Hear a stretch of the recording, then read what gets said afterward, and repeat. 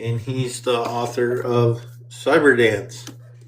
So, um, that being said, you want to introduce yourself a little better and what your projects are and stuff like that. And you got the floor Yeah, here. absolutely. Hi everybody. My name is Michael R Castillo. I am the author of the Cyberdance. It is the first installment of my series. I'm very excited about it. It was published last year. The indie author, self-published. I'm currently working on the second installment now. I'm hoping to push it out around Christmas time this year. But it all depends on how quickly I can wrap up the manuscript. But I promise that it's going to be an exciting second installment. Cool. I got a list of questions, and then we'll open it up to the audience. Okay. Um, if- so a few of these kind of go hand in hand, but I know what the meaning of cyber dance is. But how'd you come up with that for people that are new to your work? You know what? That's actually a very good question. So in the beginning, it was an untitled manuscript. I had no idea what I was going to name it, and I threw some names around. Like I was bouncing ideas off of my editor, who I'm really good friends with, as well as some of my family members. And it just, I don't know. I thought, okay, you know what? There's so much going on in the book that it's sort of like an elaborate dance. So I thought, well, if I throw the word cyber in front of it, sounds kind of cool, cyber dance. So that's how that was born. Okay. Not to give too many spoilers away, but it is relevant to the story too. Okay. But so that being said, how did you come up with the idea for Cyberdance? Oh, that's a great question. All right, so there's a little bit of a story behind that. I've always, just for personal entertainment, I've always written like short essays that never really went anywhere. And I had this one essay that I did, a little short story about a guy who gets his consciousness uploaded into a robot, more or less, and has to take care of a generational ship and a long distance travel, light years, and basically the job of this guy's job is to maintain everything on the ship. He's like a maintenance guy, and it focuses on him and his daily routine and everything that he has to do aboard the ship. But then, I kind of put that to the side, and I thought, one day I'll get back to that idea. And so it was Christmas, or just before Christmas, 2024. I'm sitting on the couch watching TV, and all of a sudden I thought, you know what? What would I do if my consciousness was uploaded into cyberspace? How would that work? And then I started asking all these questions like, would I feel anything? How would I perceive everything? If that's even possible. And then I thought, you know what? I'm going to write some ideas down. And then so I put the ideas to paper, and then I started typing, and it turned into the first chapter. And then from there, I was like, man, I like where this is going. And then like the whole second chapter, as you well know, it's all from the point of view of the protagonist, his experience in cyberspace, everything that he's done, and what his interests are. He spends a very long time in cyberspace because he just has no direction. He's not sure where to get started. And so he decides to indulge in his own personal interests because later on you find out that, it's in his nature to be sort of a puzzle solver. But that's kind of how it came together. It was just an idea of what would I do if my consciousness was uploaded to cyberspace. I like that. Now, one thing I do love in your work, I don't remember exactly what page it's on, but when the androids start to turn on them, and Yeah. He's like, this is some Terminator shit. Yeah, So yeah, yeah, that's yeah. my I know favorite exactly quote. which. Yeah, That's that's my when. favorite quote of the whole book. Yeah. He says, I guess it's okay to say, he says, fuck this Terminator bullshit.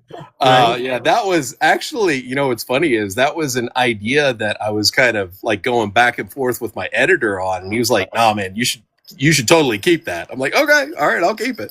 So I'm so glad that I did, because every time I've read that during the editing and re-editing and so forth, I always got a chuckle out of that. It was always so funny to me. But I know what scene you're referring to. That's when they're in the convenience store. Yep. Yeah, that was great. That was great. I love that scene. I've reread it a couple times. Just Oh yeah, yeah. I'm like, this is awesome. Yeah, it's funny. I tried to incorporate a bit of my sense of humor in this as well, because personally speaking, I've got a pretty warped sense of humor. Sometimes it can be dark, but most of the time it's like high energy, slapstick even. And I tried to put a little bit of that into the story. So some of these we've kind of already covered because of different questions. But Sure. so what was the inspiration for your book cover? Oh, I wanted to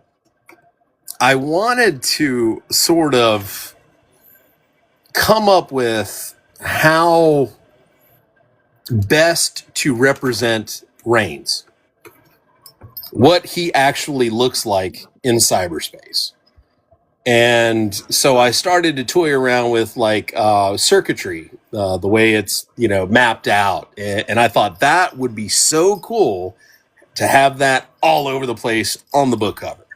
So I toyed around with that, and eventually that book cover was born. I had another one, which I was initially going to do, but then I did this other one, the one that you all see, and I liked the other one better, the one that is released. Okay. Now I know some of us have day jobs and some of us just have a bunch of other shit going on. But Oh yeah. when you get a chance to sit down to actually write, what does your writing entail? Ooh, that's a great question. Okay, so for me, I've tried to explain my experience as a writer when I'm trying to prepare a story. Oftentimes, when I'm writing, I don't really know what's going to happen next until I get to that scene.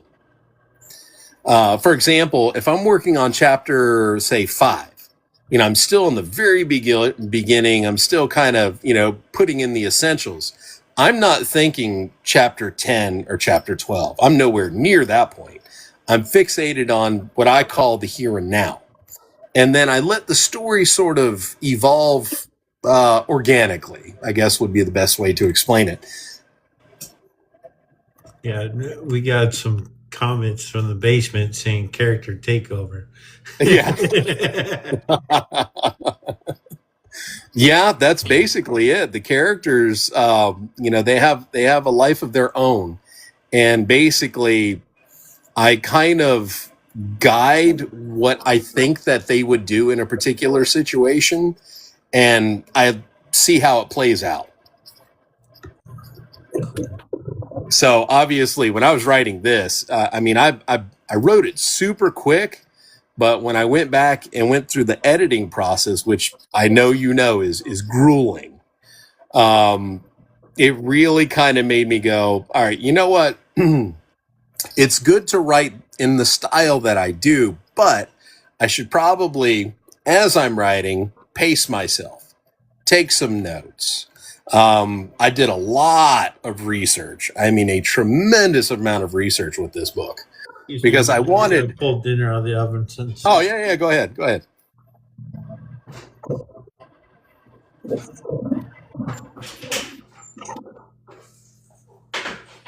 Want to thank you guys for being here, and for anybody who's given gifts, thank you very much.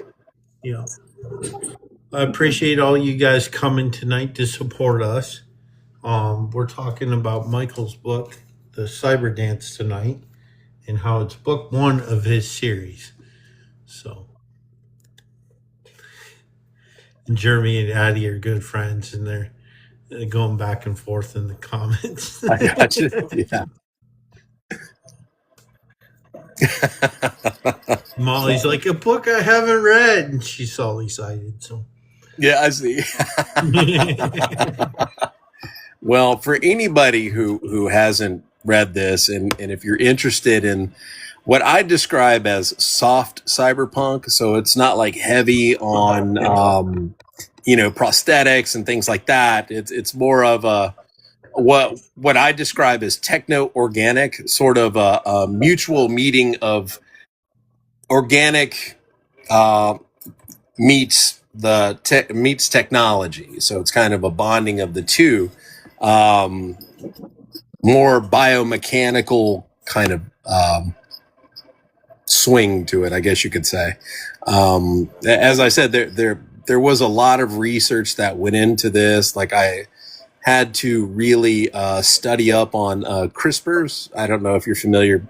I towards Rain's science project, when he's working on his science project, the CRISPR injectors and how all that really works, like in the real world. I wanted to implement that into the story somewhat. I mean, I'm no expert when it comes to that, but I just kind of put together with some factual stuff as well as my own imagination, and really tried to present it in such a way that people would digest it really well, because I didn't want to over explain, because you can lose people in the details. we got a comment from Molly. It says, I just realized I've read a book from every author in this live except you, Michael. Well, Molly, if you get a chance, check it out. I hope you enjoy it. So, since this is book one, how many books are planned? Is it going to be a trilogy or a duology? Do you know yet? Or I want to do at least three, just because I've got ideas for future installments. But I can see it going to somewhere in the neighborhood of 3 to 5 over the course of the next say 6 to 10 years. okay, cool. So that's the list of my handwritten questions. Okay. I have a list of on the computer questions. So Okay. All right. but welcome in, everyone. We're talking to Michael this week, and he's the author of Cyberdance, and I think it's book one of the Reigns Chronicles. Yes. I knew it said book one, but I couldn't remember what it said. I'm like, is it Jack or is it Reigns? Oh, no, it's Reigns. Now, Jack is a very powerful figure in the book, as I'm sure you saw, but he's not the main character. That's all Reigns. Which in the next installment we explore more of Reigns on a personal level. I mean, we scratched the surface. Right. We know why he does what he does. We know what his motivations are. We discover that in the first book, but I really sort of am exploring how he grows in his new position. Okay. Jeremy asked, is this your first published work? I think Yes. it is, but I'm not 100%.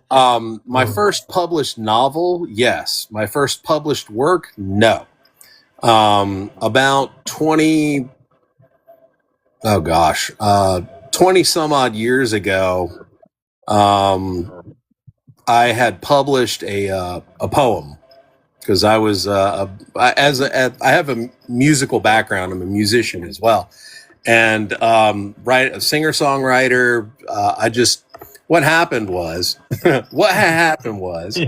is I was living with my girlfriend, who eventually became my wife, and I was drinking and bored out of my mind and surfing the internet, and I come across this, hey, write a poem or write something and submit it. I don't even remember the details. I was kind of, I was buzzing at the time, and so I did, and I didn't think anything of it.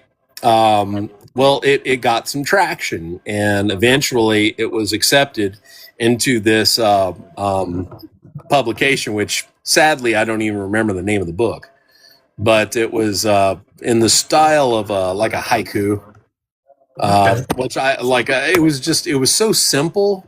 I can't even tell you what the poem was. I remember nothing because I was inebriated, but it did build a little bit of traction. And I thought, hey, I can do something with this. But I put more energy into being a performing musician. So I put writing kind of on the back burner. It wasn't until about 5 years ago I started to really write again. And then, I published the Cyberdance last year, and I'm very passionate about the characters and Reigns primarily. I wanted Reigns to be relatable. I find him relatable to me, obviously, but I wanted him to be, you know, not exactly a silent protagonist, but somebody who you don't really know exactly which way he's going to go. Not necessarily ambiguous, but creative. He's very creative. He's a tactician. He's a strategist, and he by nature is very analytical. And he's got powers. I'll just leave it Yeah. there. Yeah. All right. So that we kind of let the cat out of the bag, but that's okay. That's okay. That's okay. So what eventually happens is, yes, he develops his own body because he's a disembodied consciousness throughout the book until towards the end, and he does this thinking that it's going to give him an advantage to the antagonist, and it does. It does. It provides exactly what he was hoping for.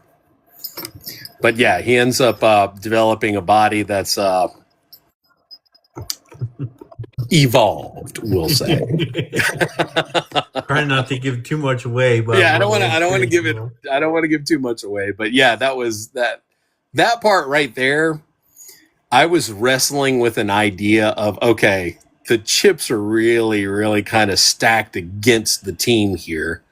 How am I going to overcome this? So I thought, I got it. He gets a body.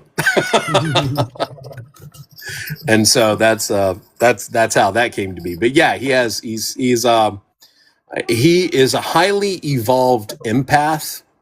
So he has the ability to, if he touches you or makes physical contact with a person, he can experience what they're feeling, even have access to their memories.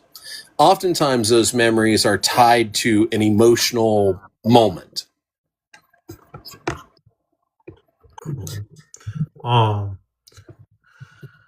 So who is your favorite non-spoiler character in this book to off? Wait a minute, to what? To off, get rid of. To get rid of? I didn't want to get rid of any of them. I'll be honest with you. I did not want to get rid of any of them, but I knew that in order to gain traction and instill motivation for the reader, I knew that I would have to kill off somebody. And so I picked the one person who I thought was the least important, but yet still served a very specific purpose. And much to my chagrin, even when I submitted that chapter to my editor, he was like, well, you killed her off. That sucks. He was like, I really liked her. I'm like, well, I mean, gotta keep things interesting. So yeah, the person who I picked, Lori, she basically had a target on her head from the get-go. But I wrestled with the idea of killing Jack off, and I didn't, a big part of me didn't want to do it. And then I was just like, oh God, I had thought about that early on because I thought Jack is such a hard-nosed kind of guy. He's so sarcastic, and at times he's funny without trying to be. Like you might remember when they're in the convenience store and he's looking for coffee after the shootout. Yeah. And Lori's like, Jesus, Jack, really? I thought that was kind of funny. Characters are food, not friends. Is that what Jeremy said? He likes to say that a lot. But yeah, developing each one of these characters with a detailed backstory. Like with Jack, you don't find out a lot about Jack until the end. But everybody else, you kind of find out what they're about early on. Jack is the one that you're kind of left going, all right, well, everybody's got a history here. What's Jack's? So I wanted to save that towards the end for a very specific reason. And of course, you know how it ends. So that was important. Yeah. So one thing that I thought was interesting is I was trying to figure out how many people have actual jobs in this book. And I was thinking, I'm like, well, an android surfs, he cooks, he does this. I'm like, what do they do other than investigate or do detective work? I'm like, that's what the majority of this world that you created seems to be is if you're human, you're a detective. Well, yeah, I mean, unfortunately, because you're referring to the Great Shift that we talk about early on in the book. So, a large portion of the workforce is eliminated. A lot what was classified as menial jobs in the beginning. That's how it started. It was just menial jobs. So, I mean, like cashiers, cooks, city workers, like garbage, that sort of thing. But then it got to be teachers and nurses and some doctors and like a very large, I think I said 65% of the police force across the U.S. were all replaced by androids. And in the beginning, it was like this whole, no, man, we're just trying to take the responsibility off of you. But the older generation was like, no, you're taking our jobs. So, I mean, that kind of plays into that as well, how there's this shift with different age groups that I'd kind of touch on just a little bit. Jeremy says, what was your biggest hurdle from conception to story to publishing? Editing.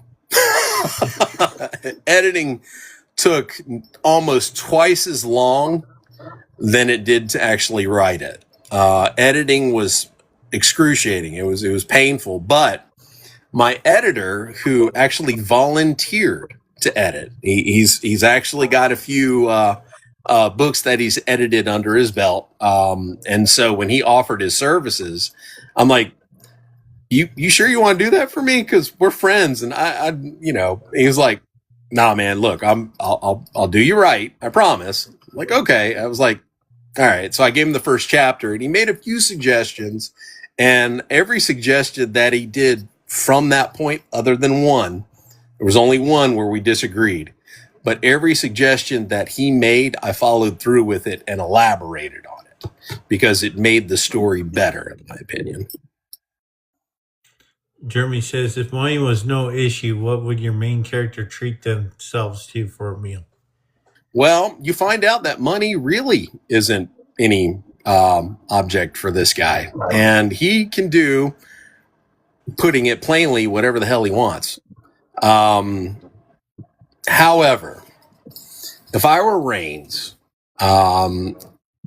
Rains can appreciate the simple things. So, in terms of a meal, it would probably be filet mignon with some asparagus, maybe a side of mashed potatoes. Very simple. But, it's his simplicity that brings the beauty of the character out, I think. Cool. Very good question. Thank you. What's one thing unique to your world? I'll let you shoot from the hip on this one because I think there's a lot of unique elements to your world that Well, haven't. thank you, David. Thank you. Well, I have. Oh gosh, that's a hard one. I think when you go from a disembodied consciousness to having getting a body with abilities, I thought that was unique. Because I didn't want to do the same old tropes that you come across in science fiction or even in cyberpunk. I just didn't want to do the same old thing. I wanted to kind of present something fresh. Maybe not necessarily new, because the whole disembodied consciousness thing has been done. I mean, look at the Matrix. That's nothing but all the characters in their consciousness in the Matrix. So I mean, there's that, but I wanted to present something in such a way that it was fresh, but mostly what I wanted to do was an homage to the area where I grew up. So there's, as you know, most of the locations that are mentioned are areas that I am intimately familiar with and in fact grew up around. And I thought, I know that place. I've been there. Yeah, well, I was just like, a lot of authors. I mean, Stephen King, for example, all of his books take place in Maine. Yeah, all of them. And even though it's probably a fictional town, but I mean, yeah, all of his books, to my knowledge, I say all of them, but I haven't read all of them, take place in some part of Maine. And so I wanted to do kind of an homage to the southeast portion of the United States. I was just like, that's where I'm from.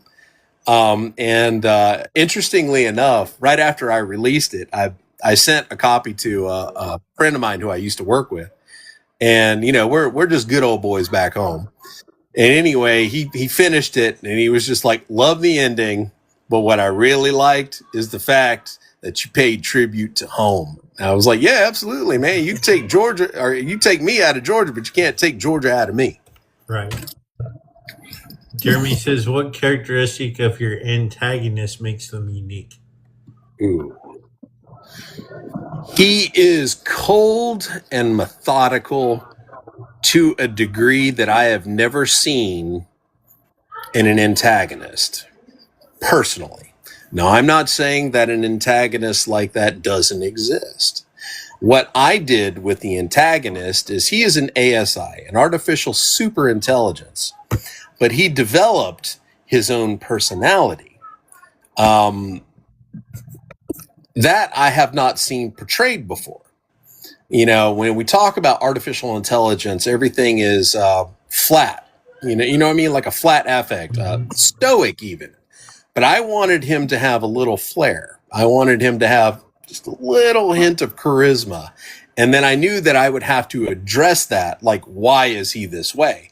Well, because he realizes that that's the best way to get what he wants. I say he, but it's an it. Right.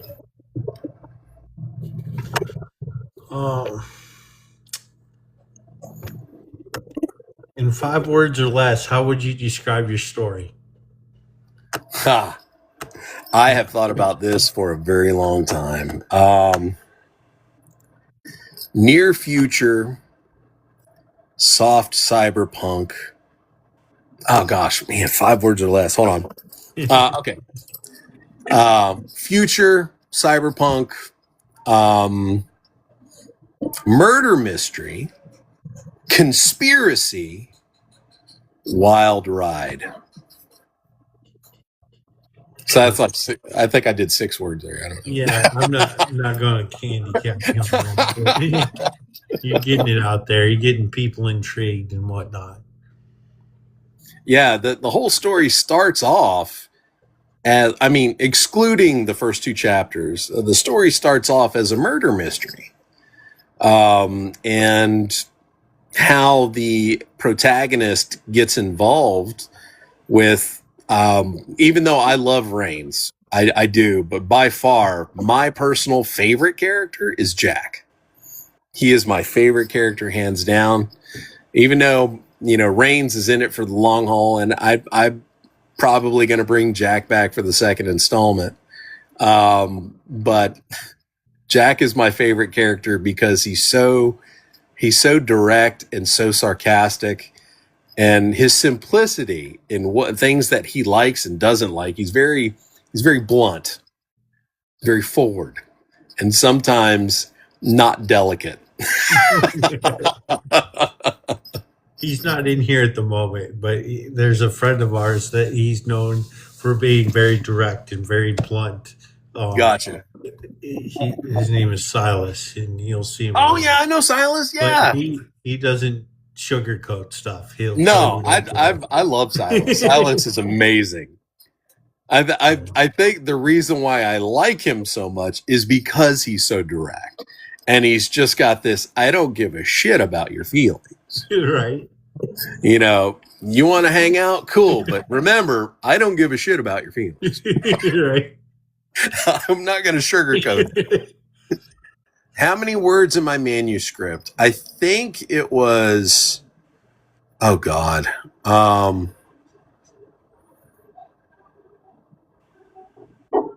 could be wrong. There's a chance that I'm wrong, but I think it's 35,000. No, it's more than that. You have 408 words, I think, or 408 pages, and I think. Yeah, but the formatting shifted in a way that I wasn't expecting, so it actually would have been a lot shorter book because of the formatting. Well, even if you cut the formatting in half, you'd still be 200. So yeah, you're probably sitting at about right at a full novel. Yeah, probably about 50,000 something. Yeah, I think you're right. I think, I don't know where I got 30 from. I think it's like 53. That's why I got the 3. I think it's like 53,000 and some change. I don't remember. Do you remember how many pages? I think it's 408 in the paperback. It says 410 in the paperback. All right, 410. I was close. The last one is pretty short. Yeah. It was, I can tell you just personally, it was so fun to write this story. I had so much fun writing it. The reason why I powered through it is because it was like watching a movie for me. And I just didn't want to stop. We got another question. It says, what would be the best advice to new indie authors starting out? Okay. The best advice that I can offer is, one, believe in your story. Don't be afraid to believe in your story. If you yourself find what you've created to be entertaining, then maybe, just maybe, you can entertain other people. I'm going to be honest. I didn't do this because I wanted to be famous. And frankly, I don't see myself reaching that goal. I did it because I thought I had a cool story that some people would like.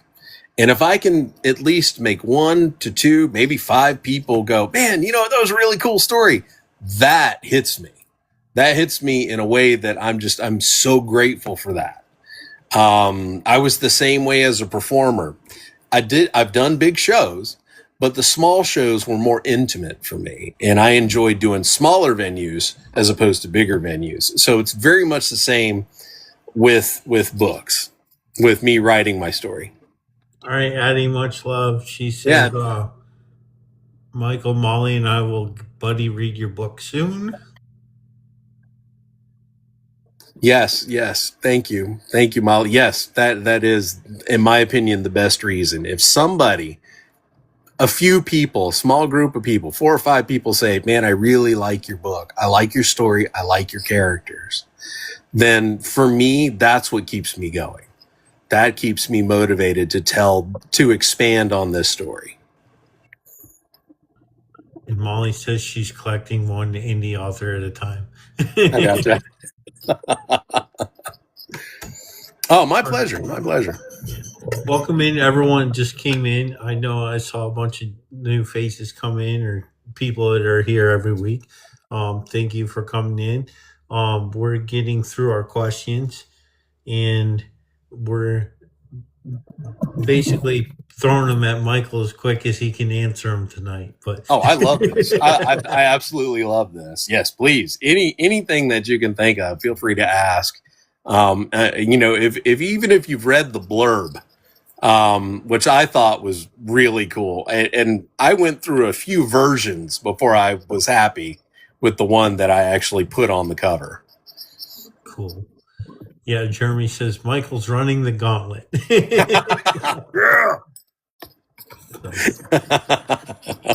Now this is a lot of fun. I enjoy this. I just hope that you guys can see what I was passionate about when I wrote this story. And I hope, I can only hope, that you fall in love with the characters the way that I did when I created them.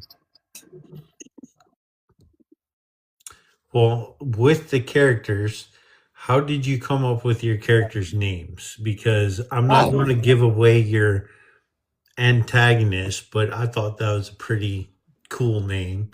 Oh, well, I know, because I mentioned who he is or who it is on the back in the blurb, I'll say his name, Elysian.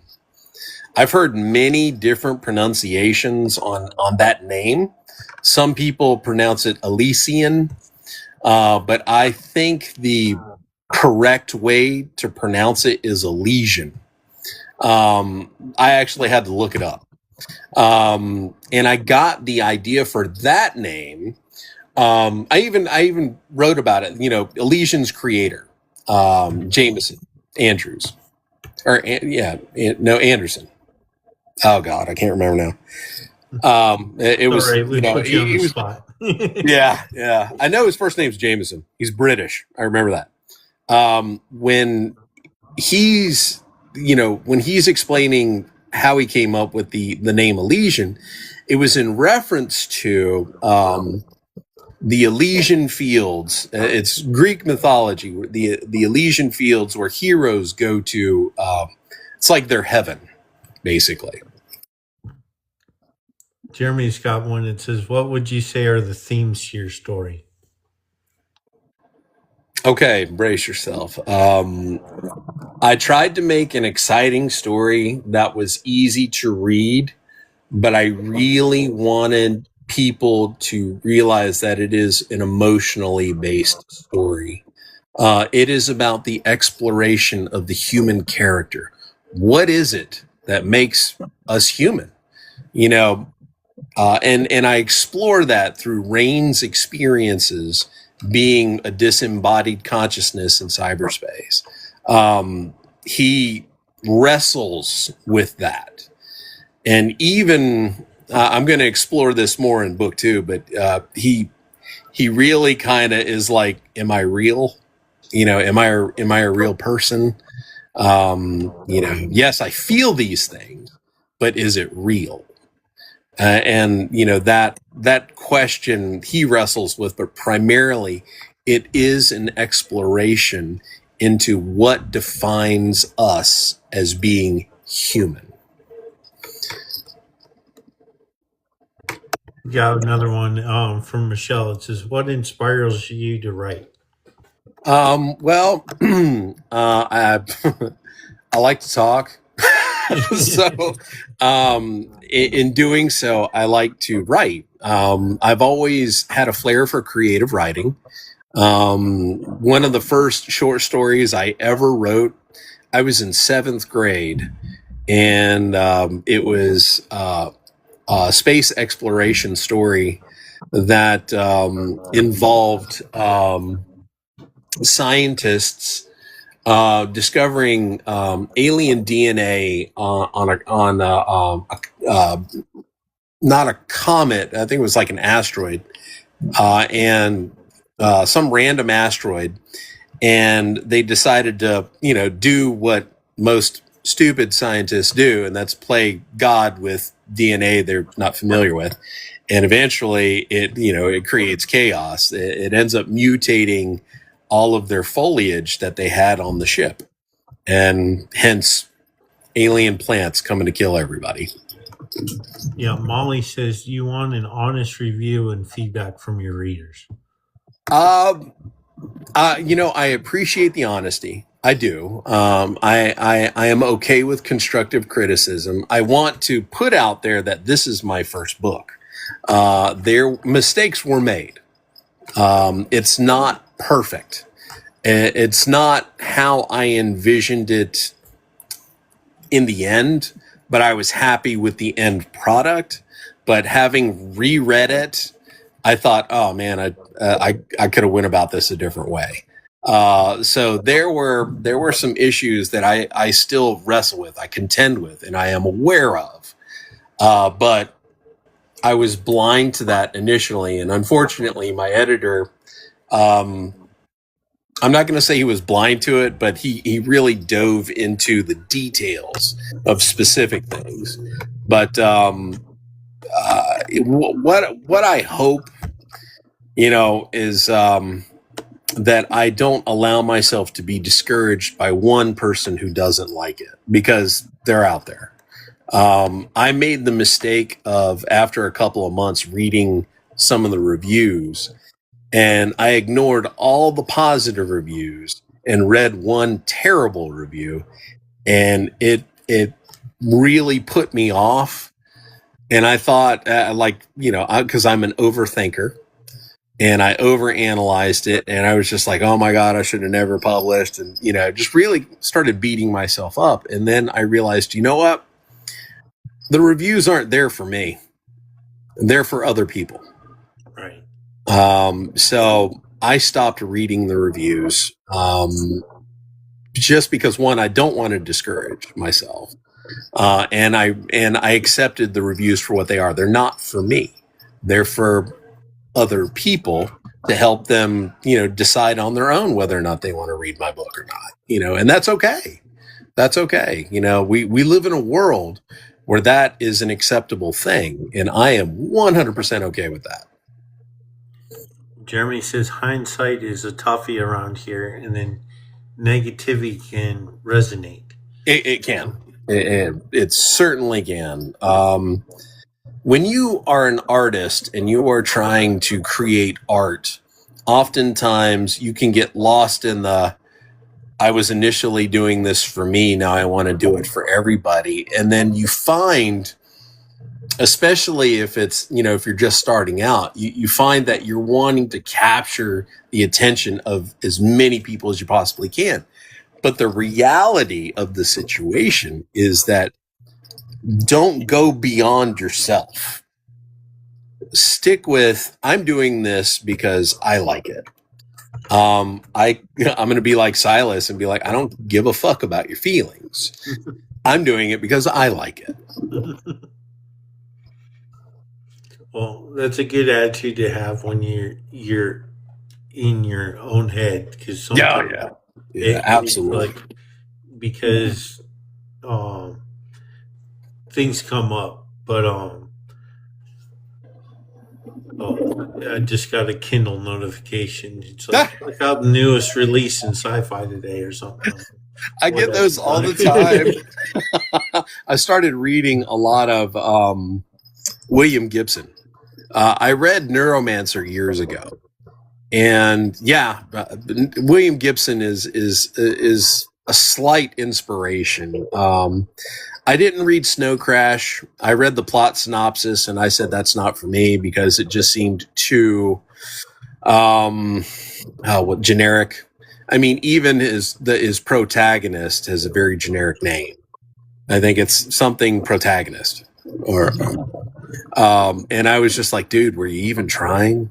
So I forget, it's Neil something or other. I can't remember his name, but I just had no desire to read that. I like Richard K. Morgan, who is also a sci-fi cyberpunk writer and has been around for years. He wrote the Altered Carbon series, and I read Altered Carbon after watching the series, and I fell in love with this author.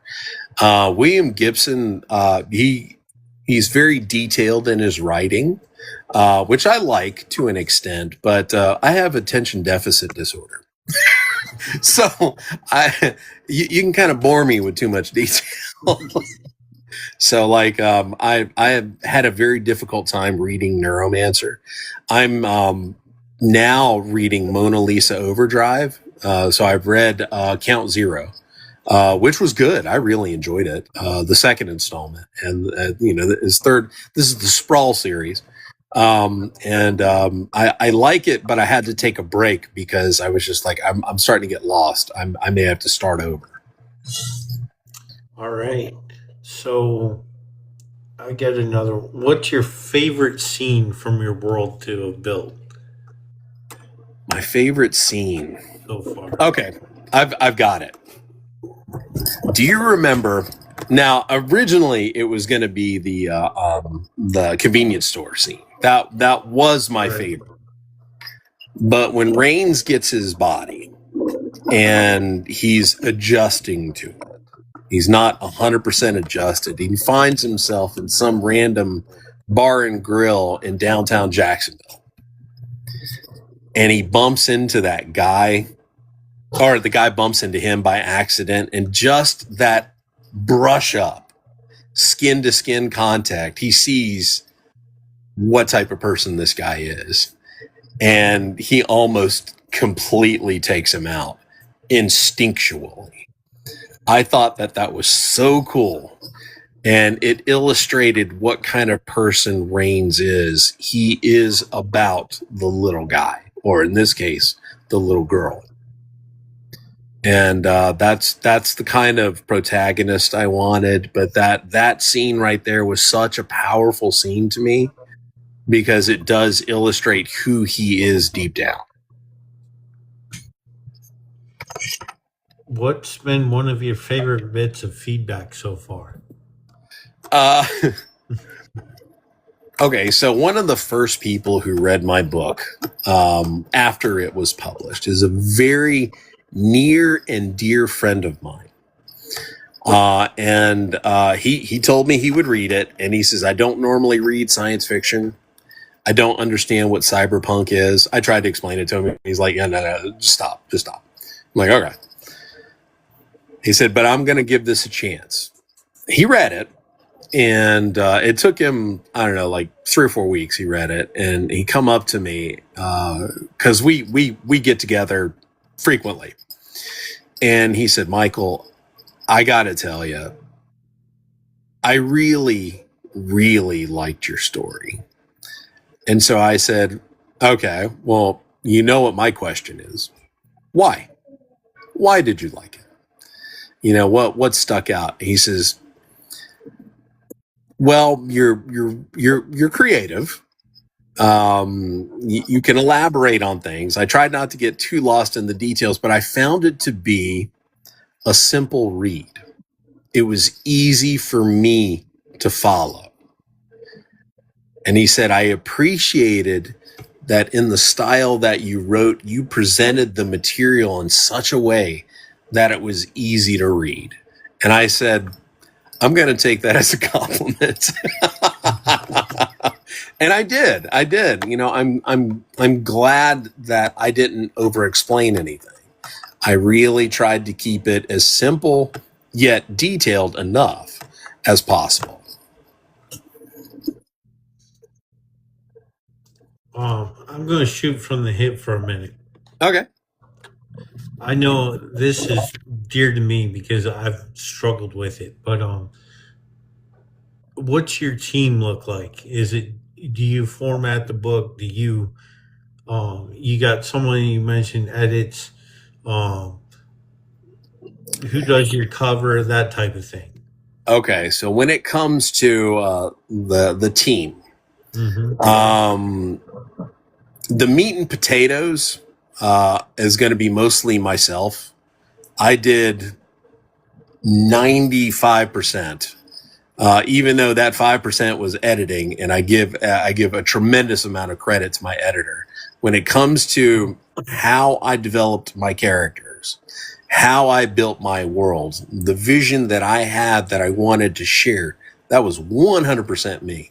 When it came to the cover design, with now, and I'll admit this, I did make attempts at sketching. but I eventually took those ideas to an AI model and was able to fine tune what I wanted, because what came out was 100% what I wanted. I don't utilize AI to create. I will use it to fine tune in terms of images. Now, in my writing, that's 100% me. There's no AI in that at all. That's me. Okay. The reason why I was asking is, I know I've had issues with editors over the last couple of years. Finally locked down what I think is my team now. Yeah. So we'll see. And Silas is the final on that. He's like, you need to fix this, and goes through everything, line by line.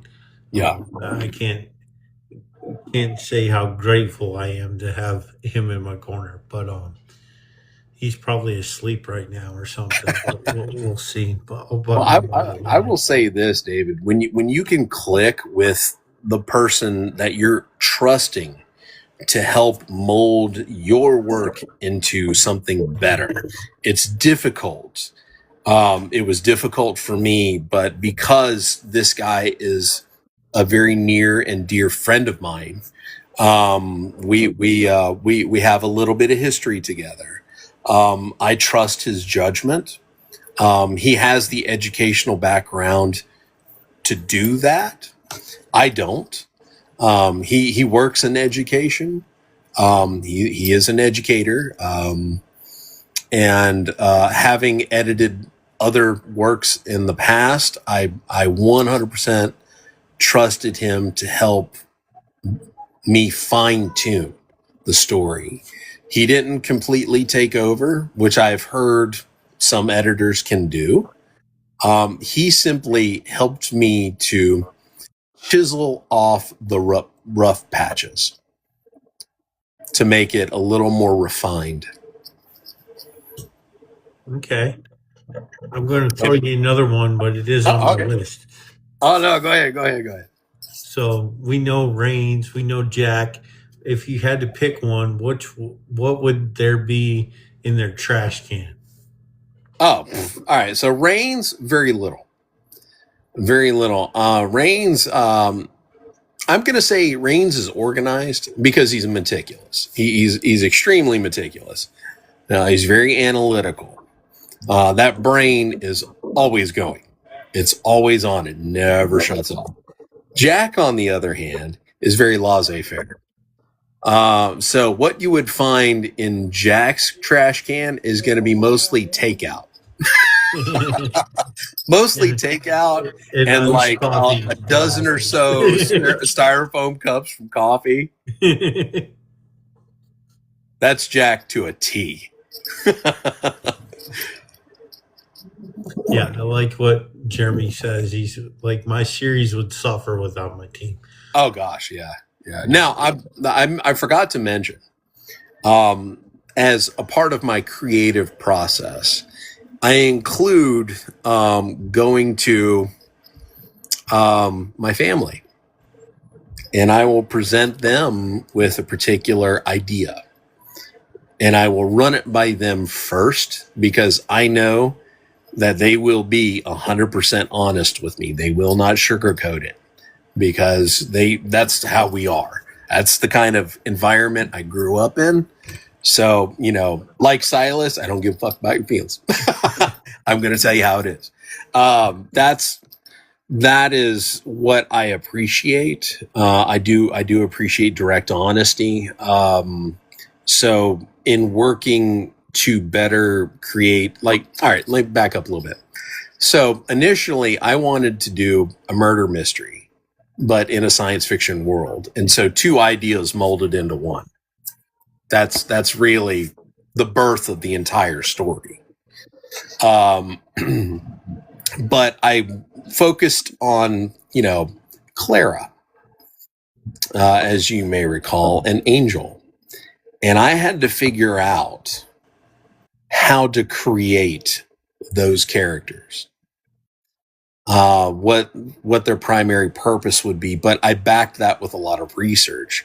So the whole idea to introduce somebody with Clara's condition was presented to me by my mother. Okay. So that's where the idea of Clara and Angel come in. I was having a hard time following that character for a little bit, and then I'm Yeah. like, oh, Yeah. wow. Yeah. It's I did my best to try to explain the trauma that takes place and kind of focused on that, but I can definitely see why it can be a little difficult to follow. And I blame that on the fact that I had to incorporate a lot of the research I did into developing that type of character, because I had to I consulted with professionals. Working in healthcare affords me that opportunity. I also did a lot of reading. I read a lot of medical publications, scientific publications, just to better be grounded in reality per se, with a little creative flair. So I'm going to back up a little bit because Jeremy says, haha, my family won't touch my work with a 10-foot pole. And then Molly says, my family won't look at mine either. So I'm going to take a side note for a little bit. My dad does not read fiction works. In I my got you. thriller series I originally published back in 2021, I got the book right here.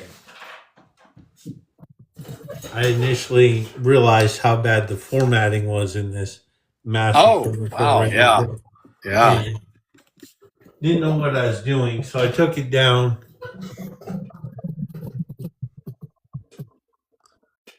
Sorry, had a puzzle piece for a minute.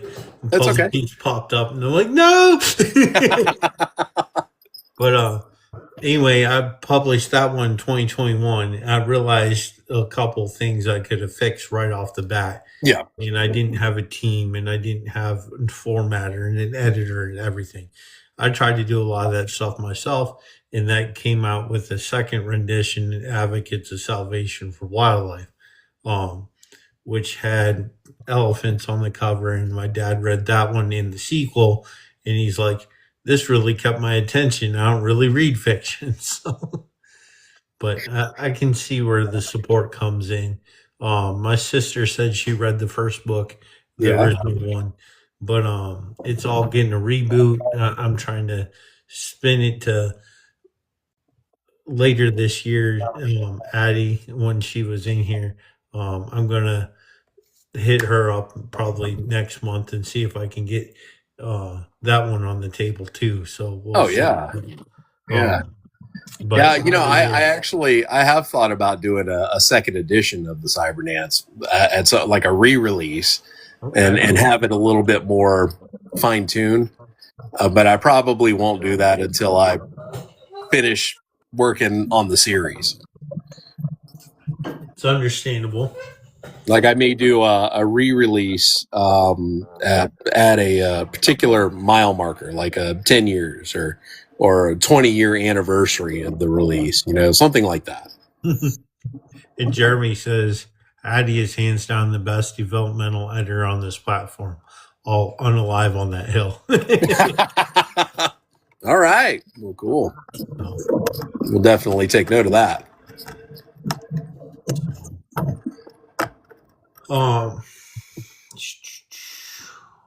What we've covered some of these. Normally I go in order, but it's just I feel like the vibe. I try to stick with that. Oh yeah.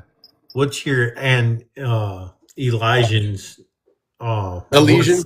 Elysian's worst nightmare? Oh. Well, he got to experience it.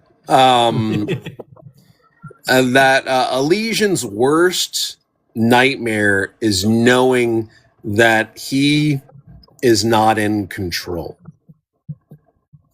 when he comes to that realization.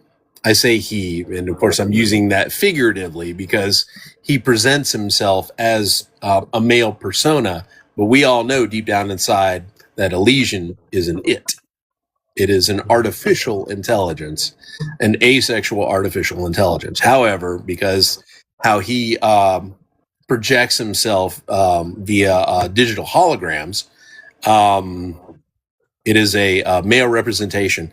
And to describe him, that the way that I came up with how he looked, I immediately thought of Michael Fassbender.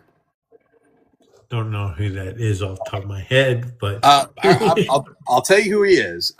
So, have you ever seen any of the newer X-Men movies where it has like the younger Charles Xavier and the younger Magneto? Michael Fassbender is Magneto. Okay. That's who that is. And so when I was coming up with what Elysian looks like, how he projects himself, that is who came to mind. Okay. Jeremy says, "What's in your main character's right front pocket?" Nothing. He holds on to no mementos. Anything that would be considered a memento is a memory.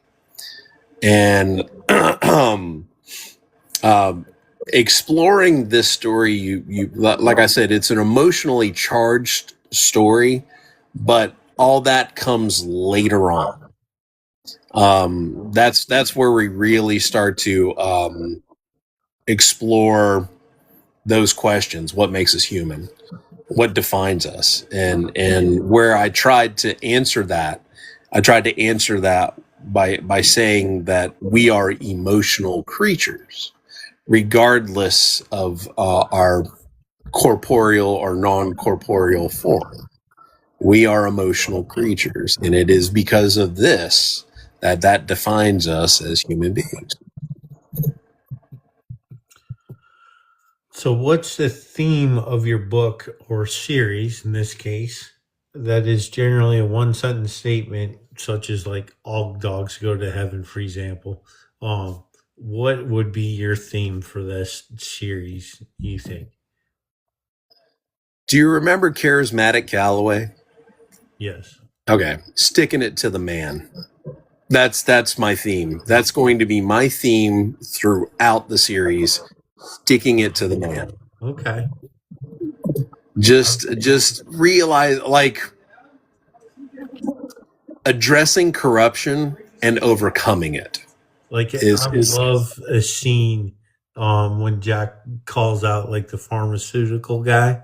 Oh yeah. Oh yeah, that, yeah, like, yeah. Flaming Yeah, where's the shirt on. Yeah. Fuck you, Big Pharma. Yes. Yeah. Yeah, that was, oh my God. I love that. What was it? Elijah Hastings. That was the Aeon Pharmaceuticals. Yeah. Yeah, what happens to him and in that board meeting is just like, that's classic Jack. Yeah. It is classic Jack because you could tell he was eating it up. He was just loving every minute of it. If you could ask Jack, what question would if you could ask your secondary one question? I'm saying Jack because Jack's kind of like your most secondary character. Oh yeah. He's definitely the number two. Jack is the number two. What would be your what would be Jack's answer if you could ask him any one question? All right. Jack, how do you take your coffee? And Jack's reply would be, like I like my women. I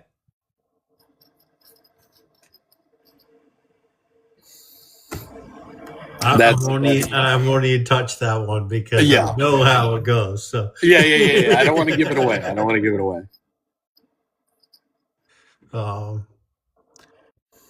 I thought it was so funny. You might remember. I thought it was so funny that no one knew what Jack's interests were at all when it come to that. Yeah. I thought that was so funny. I held that back for a reason. I think it played out well, though. Yeah, I think so. especially when they meet in person. Anyway, I'm sorry. I kind of went off on a tangent there. I apologize. If there's one thing in your book you wish readers knew before reading, what would it be? Ooh,